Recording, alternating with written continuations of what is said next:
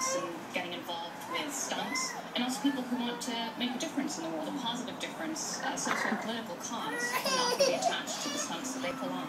John, does this have national security implications when you think about WikiLeaks and that?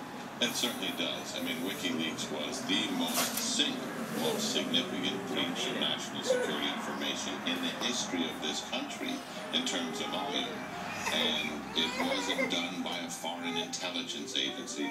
It was done by the groups that this book is about for social reasons, political reasons. Yeah, you talk, though, Parmy, that they want to make a difference politically and socially, but they also admit, William in particular, that they sometimes just like messing with people, destroying people's lives, really just turning things upside down. Yeah, the way William, one of the key interviewees in the book, describes it is it's a way to waste a night. Yeah. So going through the whole night and harassing people on Facebook and then talking about it with his friends on a particular image board.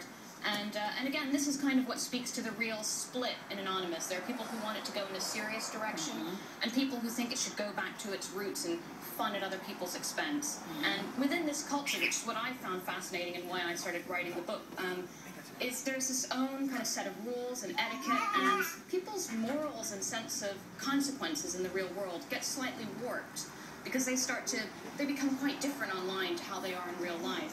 And Anonymous almost amplifies that to the sense that, you know, you can have an alter ego online, but with Anonymous you also get justification and purpose. It's interesting that you use the word etiquette, because to me they don't seem to have any kind of rules, that they can just sort of do what they do with no consequences. That's what's so frightening. Well, the rules are that anything goes a lot of the time.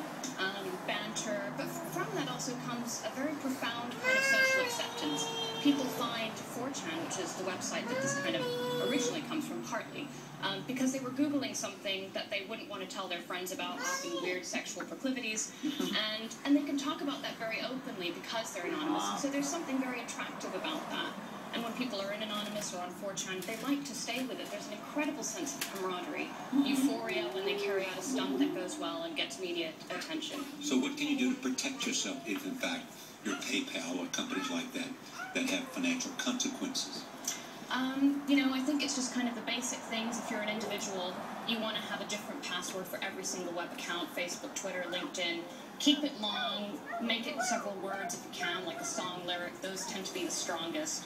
And companies and government agencies just need to make sure that their networks are as protected as they can be, because Anonymous, one of the things I found out from writing this book is it's not the calculating, malevolent group that people think it is. It's actually quite messy. It's lots of little groups who are quite opportunistic, and they're taking advantage of the vulnerabilities that are out there and often attaching a cause to what they've done afterwards. One of the things I was curious about is actually the lack of unity within the group and political splits and internecine things. How does that work in Anonymous?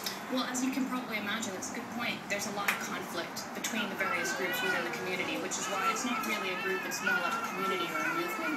And so it's anonymous, not unanimous. That's good. And they don't often tell the truth. They even say, listen, sometimes we just flat out lie. But you were able to get some amazing interviews with people who were involved. How did you know they were telling you the truth? Well, a lot of the time they weren't. I did have a lot of people who were trolling me, particularly in the beginning, and so it was just a matter of trying to find the people who I could deem most trustworthy. That's why I tried to meet them face to face. Then you build up that relationship and they kind of decide they don't actually want to lie to you anymore. Parmy Olson and John Miller, thank you very much. We Are Anonymous is on sale now. Yeah. I know, when you say the word, I'm thinking We Are Anonymous is a sentence, but really, that's the title of your book, We Are Anonymous. Nicely done, Parmy Olson, nicely done. Paul Giamatti's played everybody from a bellboy